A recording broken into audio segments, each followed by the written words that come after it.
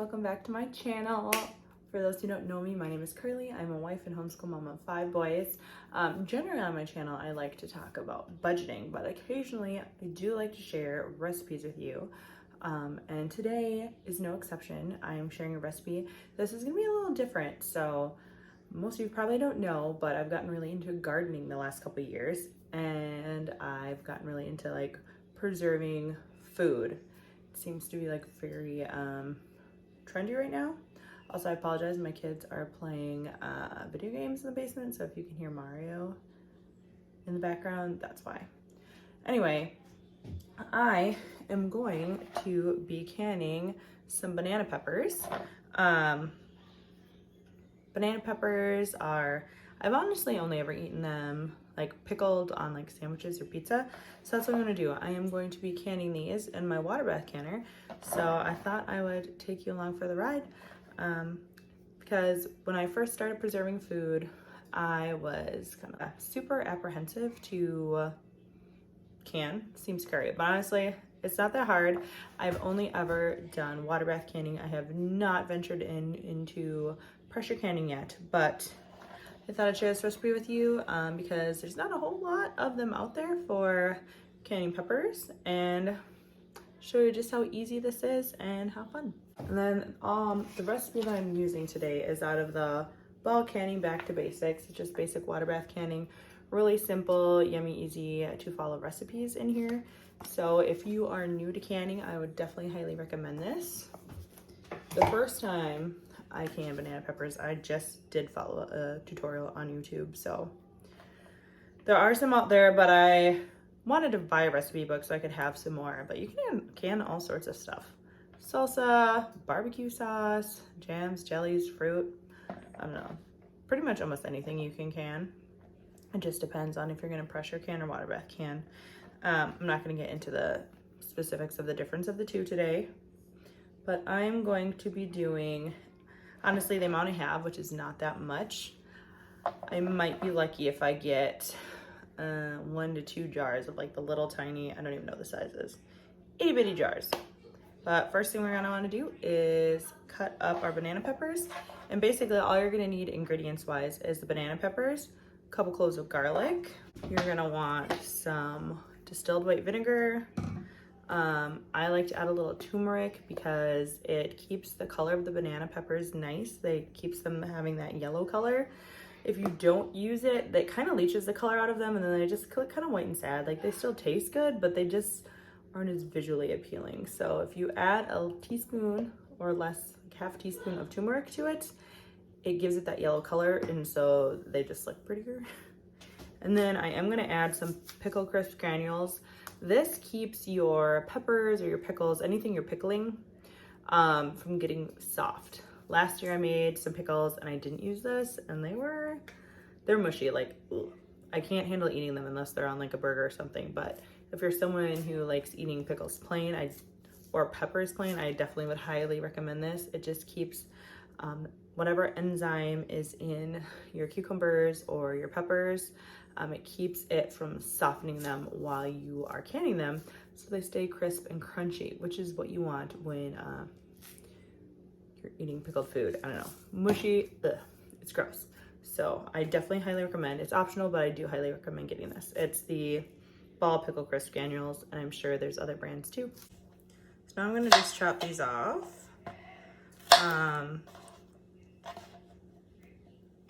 It's up to you if you want to seed these or not.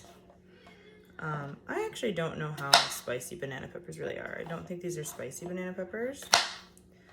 And if you wonder why the colors are different, these ones are technically like really ripe, although if you leave peppers longer, they will turn red. These ones are not quite ripe. They're still a little greenish, but if I only picked these two, I wouldn't really have enough to can. So we picked some that weren't quite ripe enough, but it really shouldn't affect the flavor too much. And I'm gonna cut them about this thick.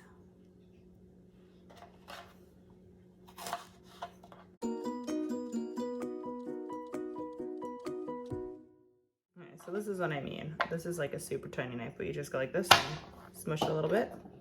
Try to make sure your other stuff doesn't go rolling off. kind of squishes it a little.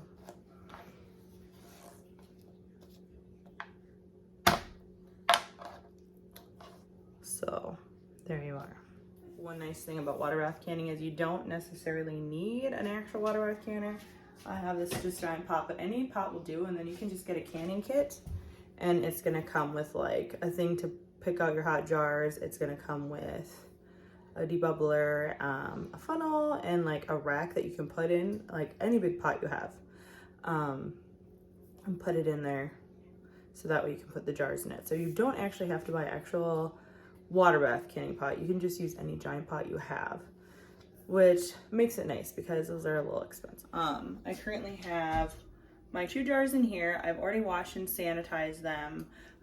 For like exact details on like all the safety and sanitizing on jars, I definitely would go to like Ball's website and look that up, or if you get that cookbook, because I'm not going to go like super in depth on all the details, but it's good to make your jars hot as you are working on getting this up to a boil to can.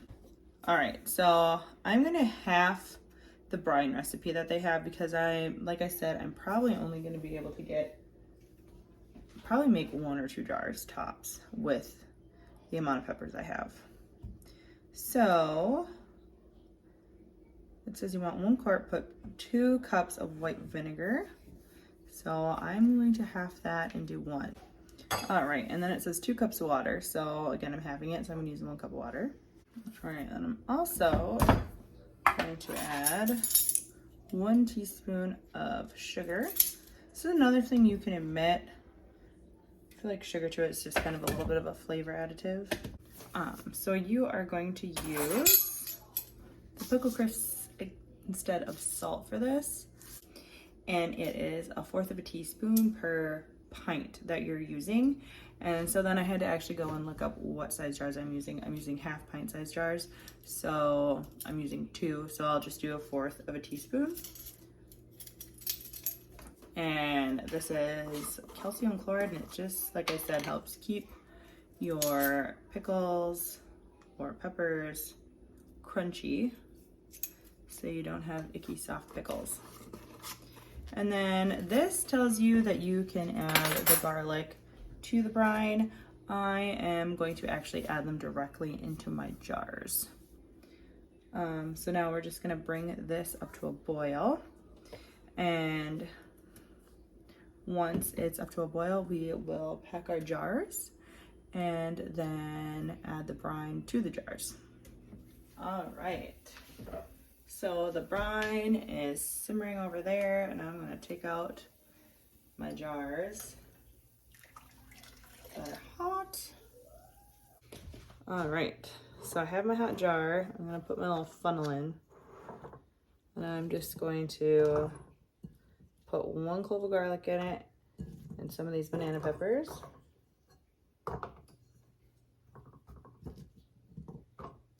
Yeah, I think I'm gonna have enough for two jars like I thought. Push those down.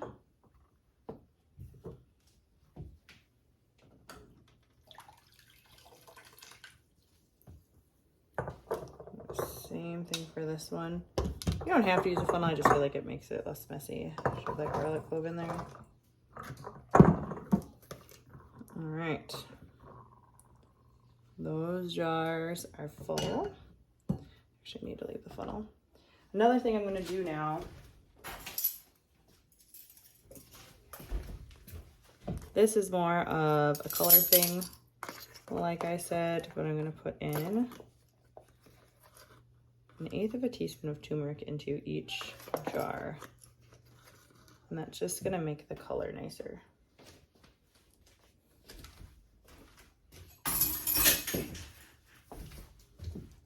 Okay, cool. The vinegar brine is so strong, it's like burning my nose. Well, all you're gonna do, let me turn you so you can see, you're gonna ladle the brine into your jars.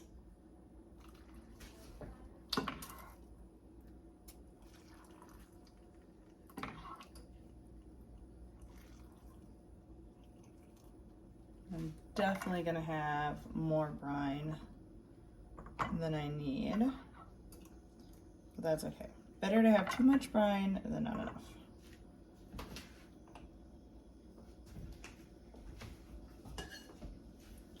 I'm gonna get this as a debubbler. You're just gonna push it down and make sure that there's no air bubbles in your jar.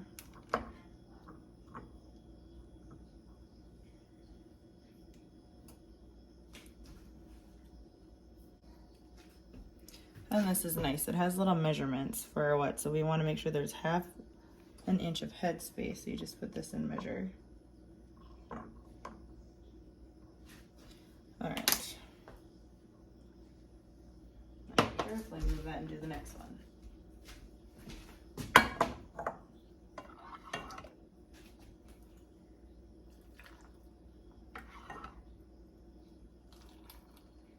And again, I definitely highly recommend getting an actual professional canning book when you're starting out, just until you get the hang of things, because there's lots of people online who kind of like do their own thing, and I don't think there's necessarily anything wrong with that, but there is certain like recommendations for what's safe and what's not safe for canning. This one might be a little full.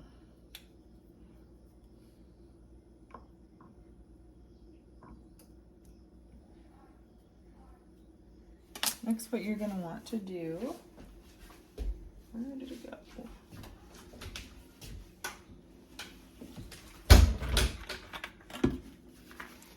Next, you're going to want to clean the rim of your jars. So just go with a little vinegar on a paper towel and just kind of clean it, gets any bacteria off the jars.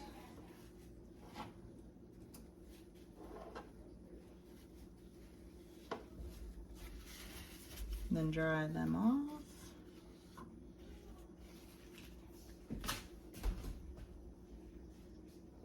Then you're going to want to put your lids on. Make sure those are completely dry.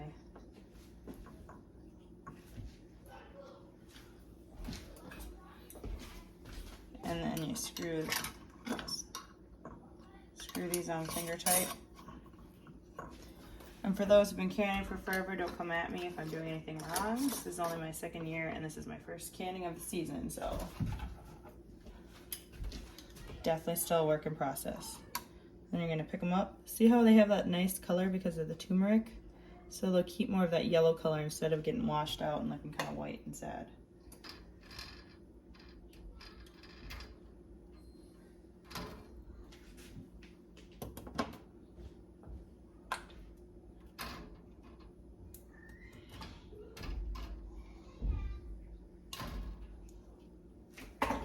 Alright, we're gonna drop this down into the water.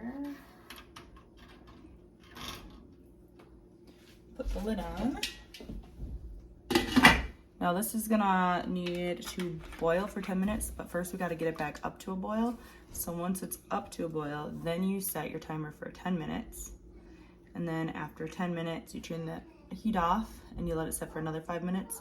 And then you pull them out with this guy, let them cool for 24 hours.